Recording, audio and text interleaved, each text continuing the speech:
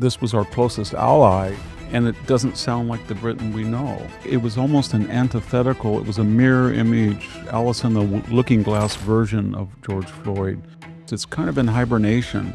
It's changing its names. We're the department now, not of DEI, but of inclusivity or caring. It's very similar to the Soviet commissar system. It rewards people on ideological purity. It's time to give them an ultimatum. These are the 4 things we want that I just talked about.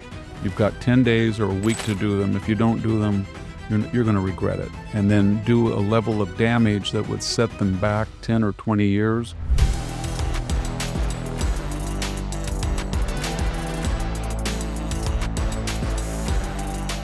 Hello, welcome back to the Brendan O'Neill Show with me, Brendan O'Neill, and my special guest this week, Victor Davis Hanson. Victor, welcome to the show. Thank you for having me, Brendan. It's great to have you on. I've been reading your journalism for a very long time, your columns, and people will also know that you are a historian of great esteem as well.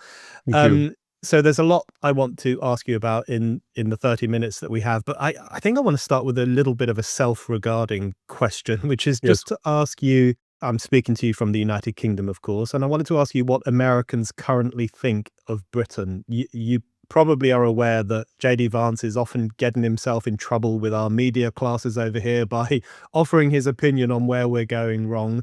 What's the general sense in the circles you move in the US about how Britain is doing right now? Well, I think it's divided, but there is a unity across left and right that everybody has a special regard for Britain, given our heritage and our natural affinities of language and culture and tradition. The problem on the left is that the new Democratic Party, if you look at the people that they're nominating, Graham Plattner in Maine and Mayor Mamdani and the governors of New Jersey and Virginia, the mayors, what we're seeing in Los Angeles, they are now sort of a DEI Islamicist, very anti-Israel, and very anti-Western.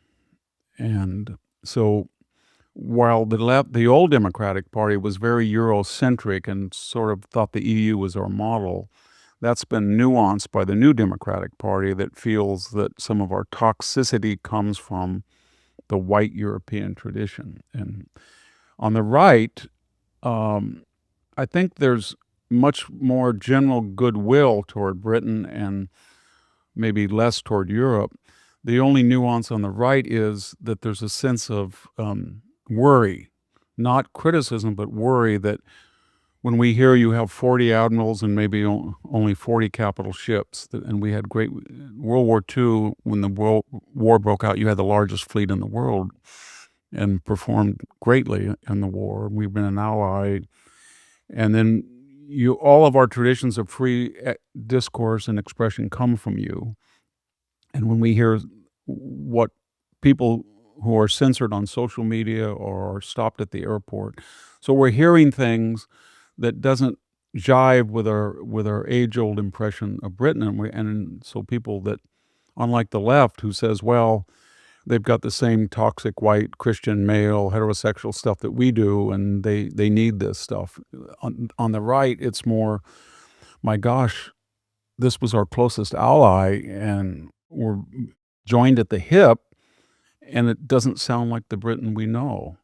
And so there's a lot of hope that I think there's a little bit of disappointment. They thought that the Conservative Party would be more of a bulwark to those. But the symptomology is very familiar to us, of open borders, illegal immigration, letting in millions of people that cannot be assimilated, acculturated, or integrated quickly because of their antithetical origins. The place where they came from is antithetical to our customs and beliefs. And there's a sense that even legal immigration has to be radically curtailed and assimilation, melting pot stressed. And we're seeing that. We're seeing the green fanaticism. We think of Britain as being independent in oil production with the North Sea fields, and we don't quite know. We're battling the same demons as you are, but it just seems that you're a smaller country and more vulnerable. we have a more margin of error because we're larger with more natural resources. So I guess what I'm trying to say is that there's hope that Britain will be the Britain that we always knew and loved. Yeah, it's when we hear when some of us hear JD Vance and Donald Trump make those kinds of criticisms of the UK, we know that they're said more in sorrow than with pleasure, because they are worried about the fate of Britain, which used to be the greatest country in the world, but no longer has any claim to that title, sadly. You mentioned DEI there, and the DEI Islamist politics that is taking hold in certain quarters of the Democratic Party. I did want to ask you about DEI because it has become a very live discussion here in the UK. You may have heard about the death of Henry Nowak, a boy, essentially an 18-year-old lad, a first-year university student who was murdered in Southampton and then manhandled by the police. And this has raised all sorts of questions about the DEI infiltration even into the police. You wrote a brilliant piece for the New York Post, I think it was last year, where you referred to DEI as a rigid racialist theology, which I think is a very apt description. Could you give us a sense of how you understand DEI? And were we wrong to think that it was withering? Is it still around? Is it still quite a potent force? Well, it's very resilient. To answer your second question first, it's kind of in hibernation. It's changing its name. So when Trump signed an executive order banning anybody who received federal funding, they started to change the name. We're the department now, not of DEI, but of inclusivity. Yeah. Or caring. Caring is kind of a funny one. So they're lying low until they feel that the Democratic administrations will come back. But essentially, it has two really pernicious characteristics. It's very similar to the Soviet commissar system in the sense that it's anti-meritocratic and it rewards people on ideological purity, but it doesn't work. It has sins of commission where it excludes people that have talent and would be valuable to society in positions that they apply to or try to be promoted to. But it also wastes resources. And I'll give you an example. Here in the United States, the left had warned us during the 1950s about McCarthy oaths, that you had to profess you were not a communist. But then they went ahead, and if you were to apply to a university teaching position or a corporate slot, you had to say what we call diversity oaths, and you had to write, say, 1,200 words on how you were committed to diversity and what you had done in your past, and then that had to be approved by the diversity committee regardless of your qualifications. And of course, human nature being what it is, a lot of very mediocre people would emphasize that, and people who had character and talented would not. So that was the problem. The other problem is it was completely willingly ignorant of class. So we have this Orwellian situation here in the United States, to take Mamdani, where he's considered a DEI pioneer, but when you look at ethnic groups in the United States and you rate them by per capita income, Indian Americans are the highest. There are 9 ethnic groups higher than whites. So when he says he's going to go after white, richer neighborhoods, white, richer, you want to say, well, are you going to go after the Hindu and Sikh communities? Because statistically, they're wealthier than whites. And then when they say, and then he always has these binaries between white and non-white, as does all of the DI people. And you want to say to Mamdani, well, before you use the word settler colonialist to stigmatize the Israelis, 1% of Uganda are Indians. And while you were very critical of the British colonialism, 1% still persists. There's not 1% of British people in Uganda that own 65% of the modes of production and the income, but you do. And your family was close to the government, and your parents are now millionaires with prestigious jobs. So what I'm getting at is it completely destroyed the idea of class, and it suggested that because you were not white, somehow you were either on the exploited or the victimized or the oppressed side of the Marxist binary. But what we're discovering, I think you will too, that there's a lot of what I would call manipulators or grifters or fakers that are very affluent. They're second or third, they have experienced no discrimination. In fact, they were born into affirmative action, and they're posing as victims even though they're wealthier than the oppressor class. And then the final thing that we found is it destroys deterrence. So we have massive fraud in California, where I'm speaking from, $250 billion, and when, of course, probably $9 billion in Minneapolis. But when you look at the FBI most wanted posters of the kingpins who perpetrated this, or you look at who was doing it in Chicago, almost 90% of the people are either first or second generation immigrants, and they're non-white. And you get the impression that they feel that under DEI they were given exemptions to take risks that they might otherwise not take. And when you hear Governor Walz or Attorney General Ellison in Minnesota, talk about it, you can contrast what they were saying 5 years about it, and then now belatedly they're trying to hide their tracks. But basically they felt that those communities were exempt and it would be racist to audit them. And that's true. In the universities here, after George Floyd, for 4 years, we destroyed the Scholastic Aptitude Test, which the public, didn't say was necessary, but the academic world had told us it was essential. Otherwise, they wouldn't be able to have this elite, exclusive, demanding curriculum that so impressed employers. So where I work at Stanford said, we have 800 perfect SAT people. Well, all of a sudden that was dumped. And then you brought people in that couldn't meet your own standards that you had bragged about. And then what happened? They either had to water down the curriculum, get new courses, or give 80% A's, which Harvard, Yale, and Stanford did. And then the employer said, well, if I'm going to hire somebody in electrical engineering, I'd rather hire from Georgia Tech or Texas A&M than Stanford. And so we have at Stanford, all the Ivy League courses now have remedial math, and these are for people who were led in the last 4 years. So it's just every year we find these manifestations of the damage it's doing. And the Western world excelled because it was not tribal. It had evolved from that primitive state where you hire your first cousin, or you prefer your family members or people who share your superficial appearance. And it's a very retrograde, anti-civilizational mode. Yeah, it's really interesting to hear you talk about the way in which DEI allowed certain fraudsters in Minnesota to kind of hide their crimes. I wrote a piece about that for the New York Post last year, in fact, because what was really interesting is that one of the charities that was investigated wrote a letter to the investigators saying, if you pursue this, we will accuse you of racism.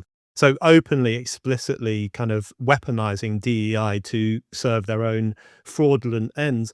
You mentioned George Floyd there, and I did want to ask you, to what extent do we still live in the post-George Floyd moment? I sometimes find it hard to read whether the George Floyd moment was a spasm because it came during lockdown, it came during COVID, people broke out of their homes and took to the streets and went crazy in America, but we had similar less violent scenes in London. George Floyd is back in the news here in the UK. You wrote a piece recently, after Charlie Kirk's death, contrasting the left's response to George Floyd's death and their response to Charlie Kirk's death. We're now having a similar discussion here about the British elite's response to George Floyd and their response to Henry Nowak. Do we still live in that post-George Floyd atmosphere? What did that symbolize, do you think? Well, there were two results or ripples from that. They were both pernicious. There was the immediate damage, and that was 4 months of riot, 14,000 arrests, $2 billion in property damage, 35 people killed, 1,500 police officers were injured, iconic church in Washington torched, police precinct, federal courthouse, etc. And then we had the long term. And as I said, one of the immediate effects were universities dropped so they wouldn't be accused of racism. It was like the Me Too movement on steroids. So then we let in people who could not do the work, and to remain in the university, they had to accuse the university of being racist and that the courses were Western-centric and so they They just couldn't do the work, and then they attacked the system. That's ending now. People know that if you don't end it, you're going to destroy the university. The second thing, that we had something called critical legal and critical race theory that emerged, which said, if I could simplify it to a metaphor, a simile, the reason that it's against the law to steal sneakers is because a bunch of white wealthy people don't steal sneakers. So they constructed a law that had no reality in nature or human nature, and we have to steal sneakers. So now we're doubly, and that ended up with no cash bail and revolving doors. So we arrest people and we let them out. That hasn't ended. And even though the crime rate is going down, it's done enormous damage. And the other thing is, it put racial relations in the United States. It started with Barack Obama, but they were getting to the point where race was becoming incidental. But when you started to reopen that wound and say, well, the second round is not going to be equality of opportunity, it's going to be equality of mandated result. And to do that, they had to change the dates after George Floyd of the foundational, kind of a year zero Jacobin idea that we're no longer 1776, but 1619 when the first slave came. All of a sudden, tragic people in the South, not the slave-owning South, but tragic people like James Longstreet or other generals who were proud Southerners, we all had assumed, but fought for a bad cause. They were lumped in. Their statues were torn down. Buildings were renamed. Here, Earl Warren was the Warren Court was the most liberal court in American judicial history, and suddenly UC Berkeley's Bold Hall took his name down. My Orwellian experience is that one day I went to work, and I have an office in the Hoover iconic tower, and it's Junipero Serra Plaza, named after the famous Spanish missionary of the late 17th century. It was renamed. I said, where am I? And they said, well, he whipped slaves. He enslaved some Indians, and slave was not the proper word, but that was historically inaccurate. But he was gone. So it was almost like a memory hole. You drop things in, and it was really Orwellian. I think that's mitigated, but it's done so much damage to racial relations. It's given the underclass, in some cases, the idea that if they swarm a jewelry store or they show up in an intersection and take it over and sprint Brodies, the police are afraid or cannot or will not intervene because either they have sympathetic people who have been elected in these big blue cities, or the policemen themselves are scared. And in case of tragedy of Henry Nowak, it was almost an antithetical. It was a mirror image, Alice in the Looking Glass version of George Floyd, which made it even more tragedy because he was an upstanding, innocent, blameless person. George Floyd, it's almost heresy to say that, was a career criminal. He had staged a home invasion, put a gun to a woman's belly, and his colleague had beaten her to a pulp. He served 5 years in prison for that. He was in the process, when he was arrested, of passing counterfeit currency. He resisted arrest. He was on fentanyl. He was recovering from long COVID. They couldn't stop him. He was so big, so they used a approved method of putting a knee on a person's neck, which unfortunately was probably the wrong thing to do when somebody was under the influence of a recent illness and was on fentanyl, so he died. But it wasn't the same circumstances. In your case, Henry Nowak was not comparable to George Floyd. Yeah. And the police had ample knowledge. He was bleeding out, and he was, with George Floyd, it was much more clear cut, the culpability. And then the reaction. There were some demonstrations in cities, but all of Britain didn't erupt. Your prime minister, who took a knee for George Floyd, surely didn't do it for Henry Nowak. But it seems to be the only other commonality is a reverse commonality, where George Floyd changed things. You get the impression that this was so egregious and so racist and so tragic that he could, that site where they were pulling him or trying to manipulate him, when he was bleeding out, and then the perpetrator was pointing to a non-existent wound that they were giving the attention to. His family participated in the racial hoax. The Sikh community, rather than saying, this doesn't represent who we are, this was an aberration, many of them said, we're victims too now of white race. It was so egregious, and the reaction was so different that it really resonated here in the United States. It really did. And I get the impression in the United States, and I don't know the degree it's true in Britain, that there's a growing backlash against this racial essentialism. And it's not sustainable in a Western society. I mean, Brazil and India, Indonesia are large democracies that still have tribal caste and that type, and it doesn't work very well. I mean, we don't want to go down that road. Yeah, there's a huge backlash here in the UK, and people are angry that the House of Commons and the House of Lords both held a minute silence for George Floyd, who, as you described, had that criminal background. They didn't hold a minute silence for Henry, who was a kind, considerate, hardworking first-year student. So really stark difference between these two things, and it's angered a lot of people. I wanted to ask you a little bit more about Mamdani's New York, because when he was elected mayor, there was obviously great excitement amongst the left in the UK and the left in America. What do you think he represents? I've seen so many contrasting arguments. Some people say he's a communist now running New York. Others say he's a third worldist.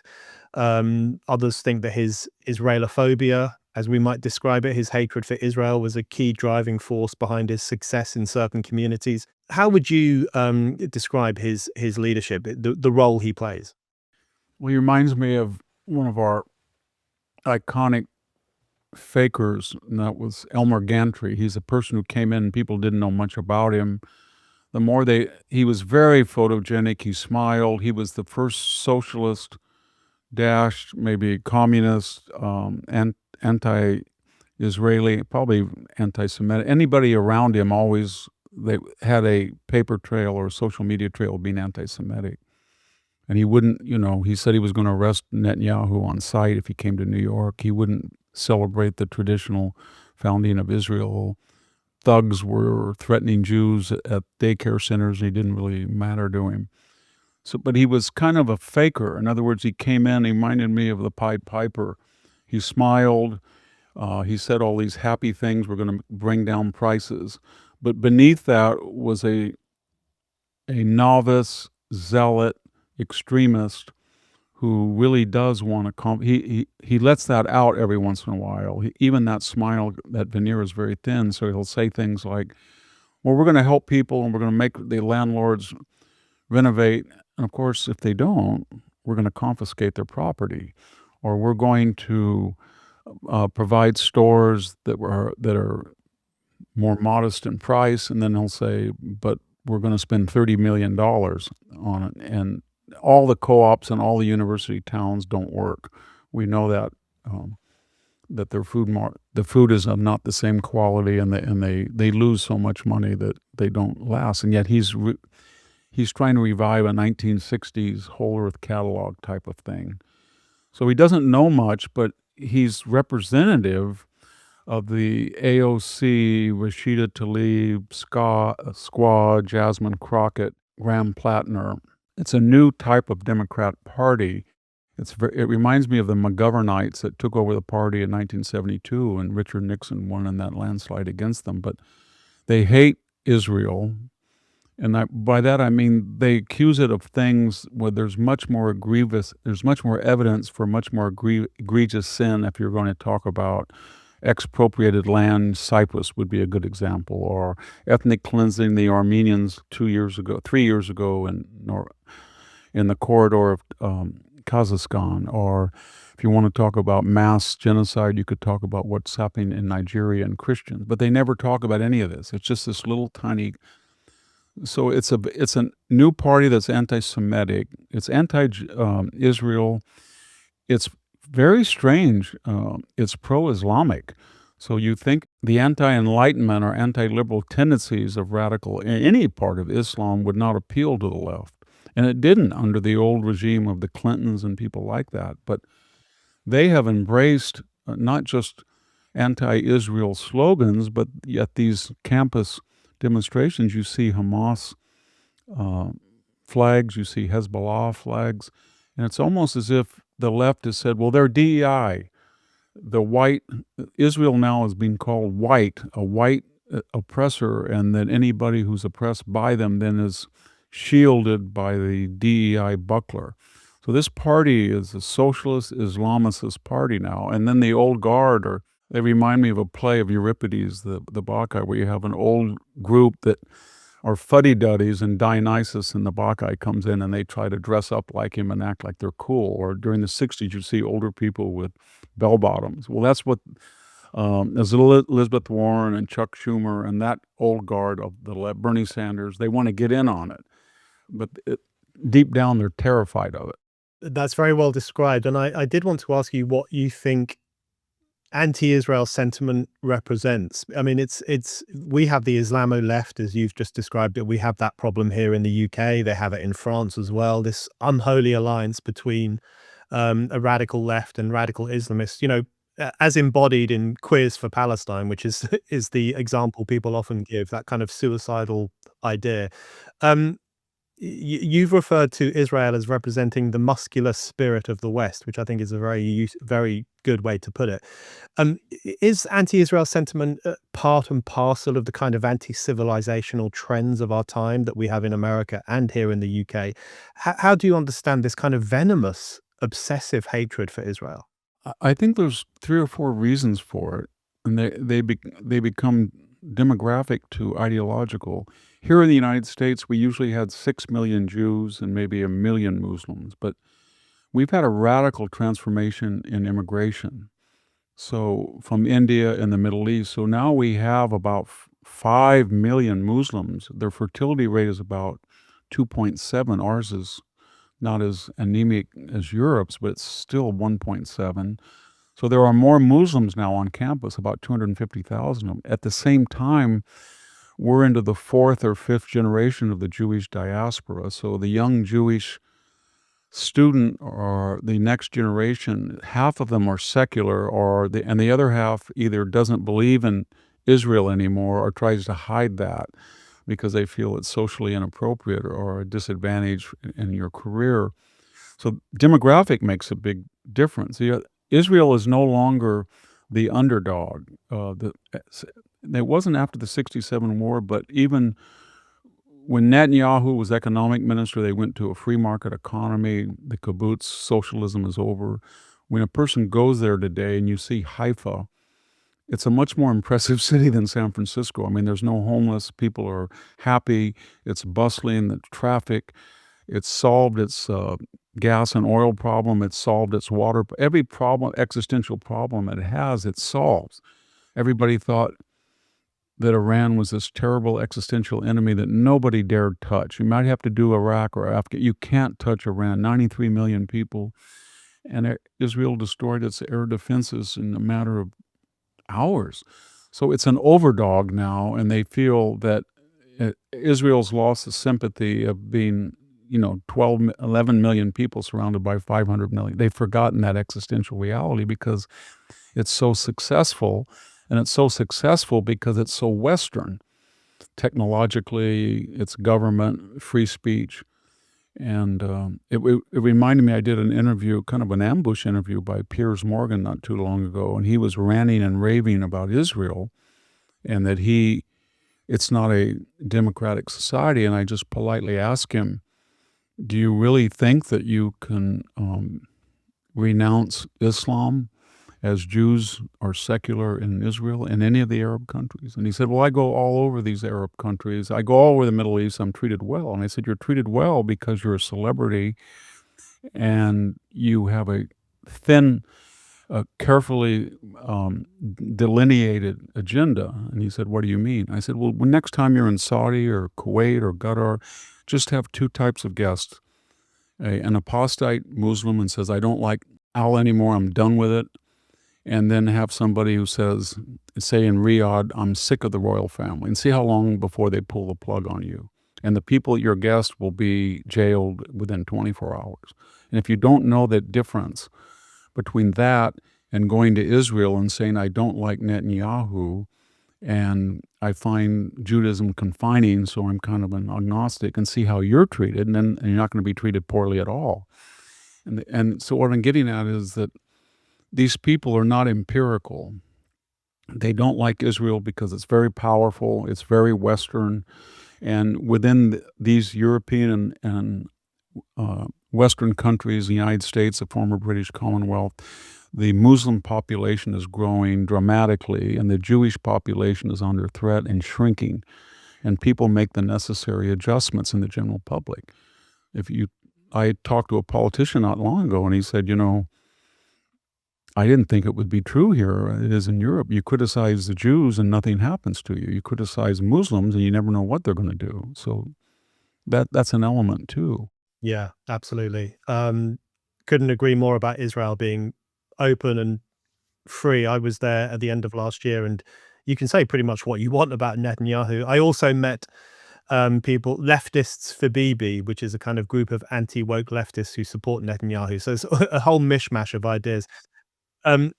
Victor, my last question for you, because we're running out of time. You mentioned Iran, and I just wanted to, it's a huge topic, but you can give your thoughts briefly on it.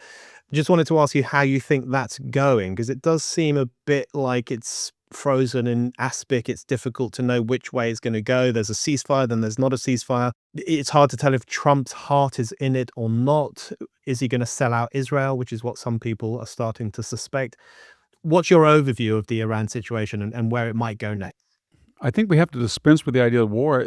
We only had 38 days of real war, and now we've had 60 of negotiations, and it's a waiting game. They feel that the sanctions that are robbing them of $400 million in economic output a day and maybe $1 billion in revenue, they can outlast the world, and us in particular, because Donald Trump is up against the price of gas, inflation, and the midterms. But within that matrix, we don't really know how to adjudicate that, because this is the first major war where we don't have any ground troops at all. So we have no embedded reporters. We have secondhand leaking out. And I am told that the administration feels that the damage that they're suffering and the level of resistance is rising, and the fragmentation of the command is thorough, and that they are communicating with a group of moderates, so to speak. And I don't know if they play good cop or bad cop, that will give them a negotiated uranium end of the arsenal, end of subsidies to the Houthis, Hezbollah, and Hamas, and then that will open the strait. I'm skeptical of that, because 47 years they've never told the truth. I don't object to that type of negotiation. I just think that when they periodically break it, as they did yesterday and the day before, it's very salutary for the Israelis to respond 10 times harder. And if the United States would just revert back to what we thought was going to happen, in other words, the next time they mine the harbor with their dwindling resources, or shoot at an American ship, or hit Kuwait, or hit the UAE, or hit Israel, we respond by taking out 10 bridges, or we destroy the unloading facilities on Karg Island. And if we don't do that, that is, respond disproportionately, they're going to entrench or embrace this idea that we don't want to, or we're scared to, and that will only further embolden them. So I suppose the left is all over the map. One day they'll call Trump a taco. Trump always chickens out, and the next day he's Hitler.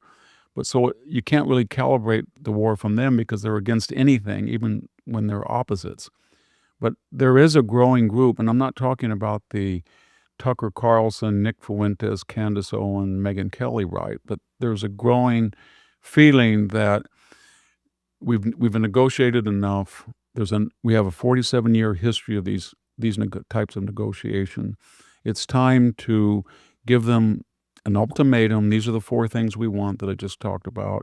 You've got 10 days or a week to do them. If you don't do them, you're going to regret it. And then do a level of damage that would set them back 10 or 20 years, and then open the strait militarily and leave a carrier group there and go home. But make it so and we're talking about the irony there just very quickly is Trump has not hit dual targeting. When Obama bombed 7 months in Libya without congressional authority, he destroyed the communications of Tripoli. He hit the dock works. When Bill Clinton did for 72 days, as you remember, in the Serbian to take out Milosevic, what brought Milosevic to his knees was not the first 50 days. It was Clinton and the Europeans finally said, we're going to take out every bridge on the Danube. We're going to take out the grid. We're going to take out their oil importation. And they did, and it worked. So it wouldn't be that Trump was doing anything illegal or excessive compared to prior presidents. In fact, he's been milder. So I think it's very important if he's going to negotiate at this point after 60 days to give an ultimatum, and then if they break it, respond in a way that will not allow them to hurt anybody for 10 or 15 years. And there's a lot more that we can do. I think when I talk to people that are privy to his conversations, not his private ones, but what the mood in the White House is, they feel they have information that Iran is in much worse shape and closer to capitulation than we are to worry about midterms. And 2, that there are people that they have deliberately spared when they've had targeted assassinations that are moderate, and you have to empower them because the other people are going to be tagged by the resistance or they're going to be blamed for the damage.